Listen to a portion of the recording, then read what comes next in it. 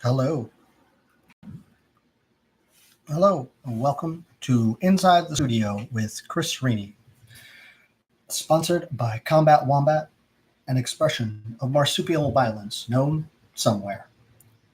Anyway, folks, how are you? It's good to be back. I spent close to a week on a farm in upstate New York, and it was a good experience to get away from my regular life.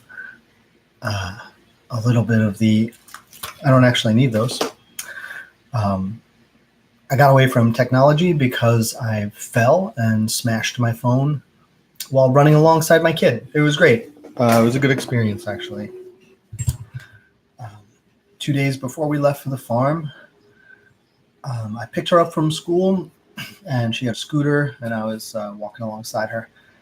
And when she scoots, it's my opportunity to run a little. It's the only running I really enjoy. And I saw a tree stump, and I was like, "Oh, great! I'll just jump over it." And I caught my toe, and I could tell I was going over pretty quickly. And in midair, I just said to myself, "All right, you're falling. Just take it." And I didn't fight it. And I credit doing jujitsu with helping me land and not fuck myself up, because I took it right on the elbow and the hip. But I flattened out as best I could in midair, and I hit the ground. I barely a bruise. It was fantastic. However, my big key ring and keys were up against my phone, and bent it and smashed it to nothing. It was fucked up real good. And we were leaving in about 48 hours, so I felt a little panicked. Even though let me move this a little closer.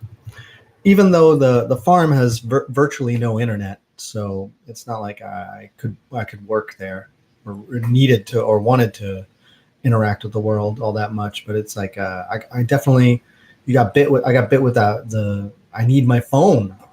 I need my phone. So. Really, with the exception of having a navigation app, there was no need to have it. It's just a convenience that I've grown really comfortable with. So I've been laying off, even though we've been back for a couple days, and I'm gonna try and keep that momentum, a little bit of discipline. Anyway, I'm gonna update Instagram a little bit more. I made a post today using an old piece from my 2018 Breakout Fighters Awards. That was cool. The drawing of Aspen Ladd, I always liked it. It's one of the few times I used text in a piece. That's neat. I should probably loosen up and do that a little more. By that I mean dialogue, exclamation, not captions. How you folks doing? You surviving? I know I got kids, and summer break is on the horizon, and it's amazing how painfully humbling life is, where I've become very much like my parents, or a stereotypical parent, where I say that these kids get too much time off, and I don't actually believe my kids get too much time off. I just think that upsetting a schedule and a pattern that really works for kids is like, man, we turn old, and those patterns are comforting. And also, when kids are real young, those patterns establish their regularity and their moods and their well-being. I think people who grow up in very erratic or people who have come up with a lot of troubles maybe also found like a certain erraticism to their lives to have been a contributing factor. Anybody ever hang out with some real, like, I grew up I